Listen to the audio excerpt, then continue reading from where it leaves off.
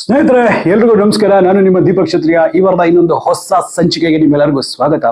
ಈ ವಾರ ಒಂದು ಅದ್ಭುತವಾದ ರೆಸಿಪಿ, ಅದು ಮನೆಯಲ್ಲಿ ರೆಗ್ಯುಲರ್ ಆಗಿ ಮಾಡ್ತಕ್ಕಂಥ ಒಂದು ಬೀನ್ಸ್ ಪಲ್ಯ ಏನಿರುತ್ತೆ ಅದನ್ನ ವಿಭಿನ್ನವಾಗಿ ಉಡುಪಿ ಮನೇಲಿ ಮಾಡ್ತಾರಲ್ಲ ಆ ಥರ ಒಂದು ಶೈಲಿಯಲ್ಲಿ ನಾನೊಂದು ಬೀನ್ಸ್ ಪಲ್ಯನ ತೋರಿಸ್ಕೊಡ್ತಾ ಇದ್ದೀನಿ.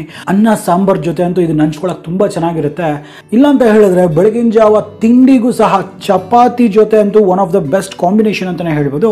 ಹಾಗಾದ್ರೆ ನಡೀರಿ ಮತ್ತಿನ್ಯಾವುದೇ ತಡ ಮಾಡ್ದಿರಾ ಈ ಒಂದು ಅದ್ಭುತವಾದ ಉಡುಪಿ ಹೋಟೆಲ್ಸ್ ಅಲ್ಲಿ ಮಾಡ್ತಾರಲ್ಲ ಆ ಶೈಲಿಯ ಈ ಬೀನ್ಸ್ ಪಲ್ಯ ಯಾವ ರೀತಿ ಮಾಡ್ಬೇಕು ಅನ್ನೋದನ್ನ ನೋಡುವ. ಮತ್ತಿನ್ಯಾವುದೇ ತಡ ಮಾಡ್ದಿರಾ ನಡೀರಿ ಪಟಾಪಟಿ ಒಂದು ರೆಸಿಪಿನ ಮಾಡ್ಬಿಡುವ.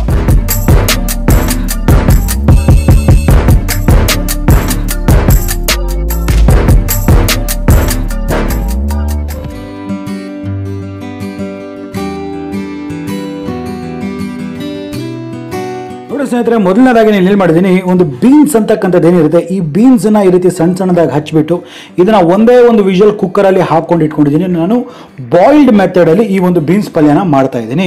ಸೊ ಹಾಗಾಗಿ ಏನ್ ಮಾಡ್ತೀನಿ, ಬೀನ್ಸ್ ನೆಲ್ಲ ಚಂದ ಬೇಯಿಸಿದಾಗಿದೆ. ಸೊ ಈಗ ಇದನ್ನ ಸದ್ಯಕ್ಕೆ ಪಕ್ಕಕ್ಕೆ ಇಟ್ಕೊಳ್ಳುವ. ಇಲ್ಲಿ ಒಂದು ಮಿಕ್ಸಿ ಜಾರ್ ಅನ್ನ ನಾನು ತಗೊಂಡಿದ್ದೀನಿ. ಈ ಮಿಕ್ಸಿ ಜಾರ್ ಅಲ್ಲಿ ನೋಡಿ ಇಲ್ಲಿ ಒಂದು ಅರ್ಧ ಬಟ್ಲಷ್ಟು ಕೊಬ್ಬರಿಯನ್ನ ಹಾಕೊಳ್ತೇನೆ. ನೋಡಿ ಇದರಲ್ಲಿ ನಿಮ್ಮ ಖಾರಕ್ಕೆ ತಕ್ಕಷ್ಟು ಬ್ಯಾಡಗೆ ಮೆಣಸಿನಕಾಯಿನ ಹಾಕೊಳ್ತಾ ಇದ್ದೀನಿ. ಮತ್ತೆ ಇದರಲ್ಲಿ ಒಂದು ಅರ್ಧ ಟೀ ಸ್ಪೂನ್ ಅಷ್ಟು ಸಾಸಿವೆ. ಸೊ ಈಗ ಇದನ್ನ ನೀರನ್ನ ಹಾಕದಿರ ಇದನ್ನ ಫೈನ್ ಆಗಿ ರುಬ್ಕೊಂಡು ಬರುವ.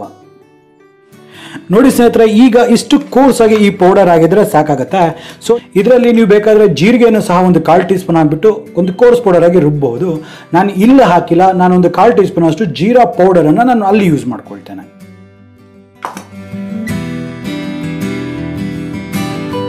ನೋಡಿ ಸ್ನೇಹಿತರೆ, ಇಲ್ಲಿ ಒಂದು ಬಾಣಲೆಯನ್ನ ಇಟ್ಕೊಂಡಿದ್ದೀನಿ. ಬಾಣಲೆ ಸಹ ಚಂದ ಬಿಸಿ ಆಗಿದೆ. ಇದರಲ್ಲಿ ಒಂದು 2 ರಿಂದ 3 ಟೇಬಲ್ ಸ್ಪೂನ್ ಅಷ್ಟು ಎಣ್ಣೆನ ಹಾಕೊಳ್ತೇನೆ.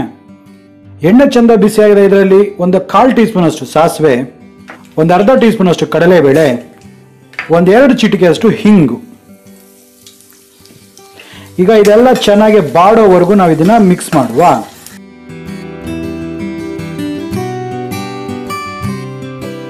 ನೋಡಿ ಇದೆಲ್ಲ ಚಂದ ಫ್ರೈ ಆಗಿದೆ, ಸಿಡಿತಾ ಇದೆ. ಈಗ ಇದರಲ್ಲಿ ಒಂದೇ ಒಂದು ಈರುಳ್ಳಿಯನ್ನು ಹಾಕೊಳ್ತೇನೆ.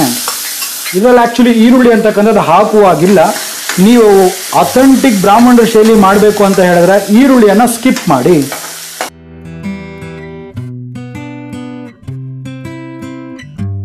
ಹಾಗೆ ಇದರಲ್ಲಿ ಸ್ವಲ್ಪ ಅರಿಶಿನ, ರುಚಿಗೆ ತಕ್ಕಷ್ಟು ಉಪ್ಪು, ಒಂದು ಸಣ್ಣ ನೆಲ್ಲಿ ಗಾತ್ರದ ಈ ಒಂದು ಹುಣಸೆ ರಸ,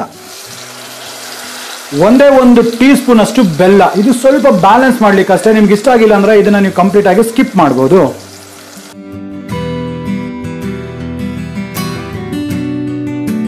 ಇದರಲ್ಲಿ ಒಂದು 1/4 ಟೀ ಸ್ಪೂನ್ ಅಷ್ಟು ಜೀರಿಗೆ ಪೌಡರ್ ಅನ್ನು ಹಾಕೊಳ್ತೇನೆ.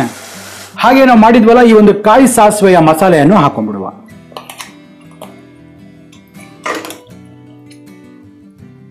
ಈಗ ಇದನ್ನ ಒಮ್ಮೆ ಚಂದಾಗಿ ಮಿಕ್ಸ್ ಮಾಡುವ.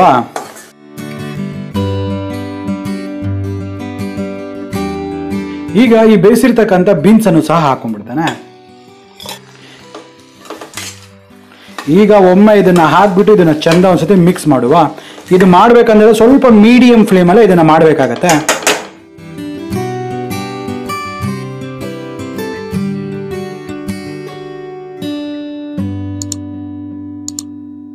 ನೋಡಿ ಇದರಲ್ಲಿ ಒಂದು ಸೀಕ್ರೆಟ್ ಮಸಾಲಾ ಪೌಡರ್ ಅಂತಕ್ಕಂಥದ್ದು ನಾನು ಮಾಡಿದ್ದೀನಿ. ಇದರ ವಿಡಿಯೋ ಲಿಂಕ್ ಅನ್ನು ಇಲ್ಲಿ ಐ ಕಾರ್ಡ್ ಅಲ್ಲೂ ಕೊಟ್ಟಿರ್ತೀನಿ, ಕೆಳಗಡೆ ಡಿಸ್ಕ್ರಿಪ್ಷನ್ ಅಲ್ಲೂ ಸಹ ಕೊಟ್ಟಿರ್ತೀನಿ.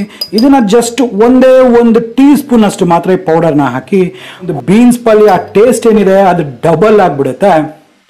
ಈಗ ಒಮ್ಮೆ ಇದನ್ನ ಚಂದ ಮಿಕ್ಸ್ ಮಾಡ್ಕೊಳ್ಳಿ.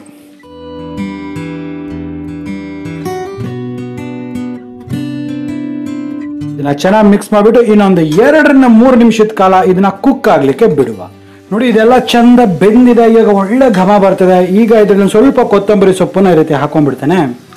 ಈಗ ಕೊನೆಯದಾಗಿ ಒಮ್ಮೆ ಈ ರೀತಿ ಮಿಕ್ಸ್ ಮಾಡಿದ್ರೆ ನೋಡಿ ಉಡುಪಿ ಶೈಲಿಯ ಬ್ಯೂಟಿಫುಲ್ ಆಗಿ ಮಾಡ್ತಕ್ಕಂಥ ಈ ಒಂದು ಬೀನ್ಸ್ ಪಲ್ಯ ಅಂತಕ್ಕಂಥದ್ದು ರೆಡಿ ಆಗಿದೆ.